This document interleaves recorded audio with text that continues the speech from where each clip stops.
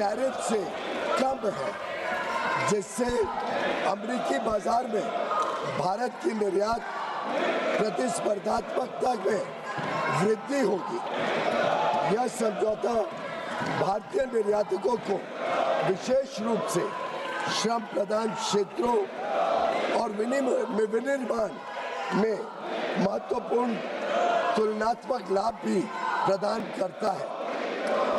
मैं इस सम्मानित सदन के समक्ष यह दोहराना चाहता हूं कि खाद्य और कृषि क्षेत्र में भारत की प्रमुख संवेदनशीलता का पूर्णतः ध्यान रखा गया है। साथ ही यह साझेदारी लघु और मध्यम उद्यमी, MSMEs, उद्यमियों, कुशल श्रमिकों और उद्योग के लिए नए अवसर खोलेगी। उन्नत प्रौद्योगिकियों तक पहुंच का सुगम बनाएगी और भारत के make in India for the world, design in India for the world और innovate in India for the world के दृष्टिकोण को साकार करने में सहायक होगी। यह ऐतिहासिक ढांचागत समझौता भारत अमेरिका संबंधों को मजबूत करने और विकसित भारत 2047 की दिशा में हमारी यात्रा को आगे बढ़ाने की दिशा में एक महत्वपूर्ण कदम है और यह दुनिया के दो सबसे बड़े लोकतांत्रिक देशों के बीच मजबूत जुड़ाव को भी दर्शाता है,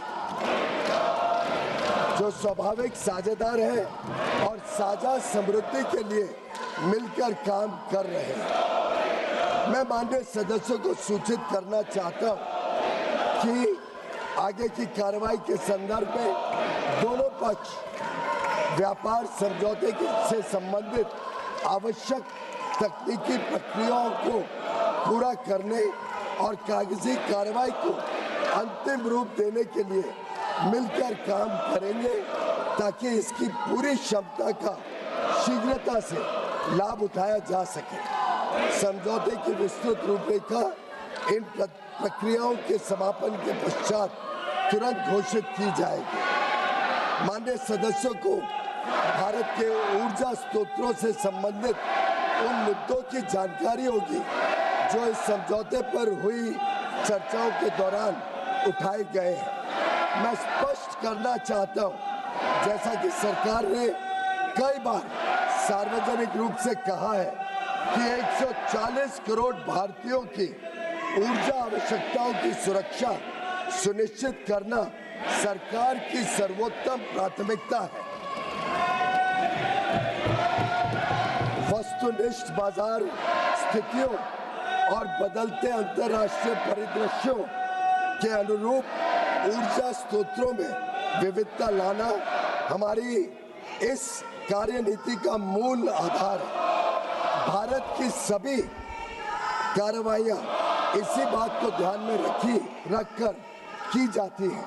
अतः मैं माननीय सदस्यों से इन मुद्दों को समुचित दृष्टिकोण से देखने का आग्रह करता हूं। दोनों देशों के बीच भावी व्यापार अवसरों के संदर्भ में माननीय सदस्यगण इस बात को समझेंगे कि भारत और अमेरिका काफी हद तक एक दूसरे की पूरक अर्थव्यवस्थाएं हैं। जैसे जैसे भारत विकसित भारत के पथ पर अग्रसर हो रहा है, हमें ऊर्जा, विमानन, डेटा केंद्र, परमाणु ऊर्जा आदि सहित कई क्षेत्रों में अपनी क्षमताओं को बढ़ाने की आवश्यकता होगी।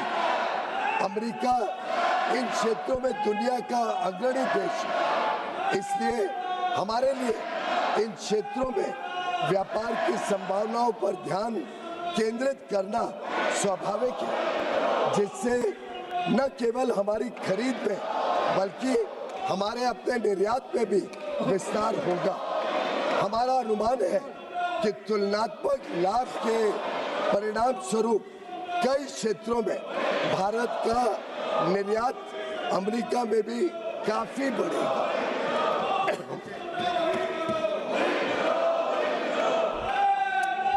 विश्व की सबसे बड़ी अर्थव्यवस्था के साथ यह ढांचागत समझौता जो आने वाले वर्षों में वैश्विक विकास और नवाचार को गति प्रदान करेगा, भारत की जनता एवं राष्ट्र के व्यापक हित में है और देश को बहुत लाभ देगा। यह विकसित भारत और आत्मनिर्भर भारत दोनों को सशक्त बनाता है। हम अपने देश के लिए माननीय प्रधानमंत्री जी के इस दृष्टिकोण को साकार करने की दिशा में निरंतर कार्य करते रहेंगे। धन्यवाद महोदय।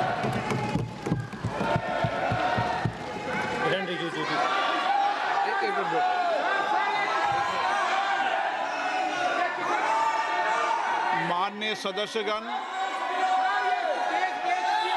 ये सदन देश के लोकतंत्र का उच्च सदन है और आप सभी दलों ने समय समय पर इस देश के अंदर अलग अलग कालखंड के अंदर सरकार में भी रहे, लेकिन मेरा मत है कि इतनी लंबी सरकार में रहने के बाद भी हम इस उच्च सदन की मर्यादाओं, परंपराओं को तोड़ रहे हैं। विरोध का तरीका होता है, विरोध के तरीके और भी हो सकते हैं, लेकिन आप अपनी इलाके से छोड़कर उस जगह जाकर मर्यादाओं को तोड़ोगे तो देश के अंदर लोकतंत्र के प्रति लोगों का विश्वास, भरोसा कम होगा। आप सब चुनकर आते हैं, सदन के अंदर, सदन के बाहर विरोध का तरीका होता है, लेकिन हम इतने वरिष्ठ नेता आप हैं, आपने शासन किया है, लेकिन नहीं बोलने देंगे, वो नियम प्रक्रिया से चलता है। लेकिन आप मर्यादा तोड़ेंगे, उचित है क्या? आप इधर से उधर जाकर, आपके सदस्य इधर से उधर जाएंगे, ये उचित है क्या? यही मर्यादा बनाना चाहते हैं क्या आप? आपने इतने साल के शासन करने के बाद आपने यही परंपराएं लागू किए। आप वरिष्ठ लोग हैं, बालू जी, आप इतने सीनियर नेता हैं, ये देश में अच्छा लग रहा है क्या आपको? आप इधर जाकर मंत्री बोल रहे हैं, आसन पे जाके खड़े हो रहे हैं, सत्ता पक्ष की तरफ बैनर लेकर आ रहे हैं। मर्यादा पहले भी विरोध हुआ है, लेकिन मर्यादा कभी किसी ने नहीं तोड़ी। आप शासन में रहे, ये प्रतिपक्ष में रहे, तब भी विरोध हुआ है, लेकिन मर्यादाएं कभी नहीं तोड़ी। लेकिन आप जो मर्यादाएं तोड़ रहे हैं, ये उचित नहीं है। आप शासन को ये मजबूर नहीं कर सकते। मैं आपसे पुनः आग्रह करता हूं, आप मर्यादा रखें, अच्छी परंपराएं रखें। विरोध का तरीका हो सकता है आपका, विरोध आवाज से नहीं, शब्दों से होता है। विरोध तर्कों से होता है, नारेबाजी से, बैनर से विरोध नहीं होता। विरोध शब्दों, तर्कों से होता है, असहमति मुद्दों पर होती है। वैचारिक मतभेद हैं, वैचारिक मतभेद बोलना चाहिए, ये सदन वैचारिक मतभेदों के लिए बोलने के लिए। लेकिन ये तरीका ठीक है क्या? नो। अगर आप यही तरीका अपनाना चाहते हैं तो अपनाएं।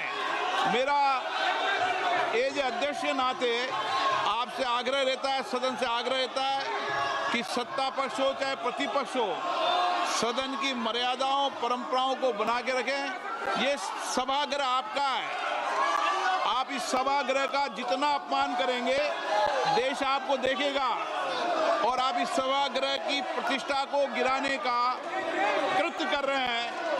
इस व्यवस्था के अंदर सदन चलाना उचित नहीं है। मैं सदन की कार्रवाई आज 2 बजे तक के लिए स्थगित करता हूं। वाणिज्य मंत्री पियुष गोयल यांचं भाषण सुरू असताना भारत अमेरिका करारावरती ते निवेदन देत असताना सभागृहात विरोधकांनी गदारोळ घातला। भारत अमेरिका व्यापारावरती वाणिज्य मंत्री पियुष गोयल यांनी भूमिका मांडली. या करारामुळे शेतकऱ्यांना फटका बसणार नाही, त्यांचा फायदा होईल. कागदपत्रांची पूर्तता केली पाहिजे असे सगळे मुद्दे ते मांडत होते. मात्र त्यावेळीच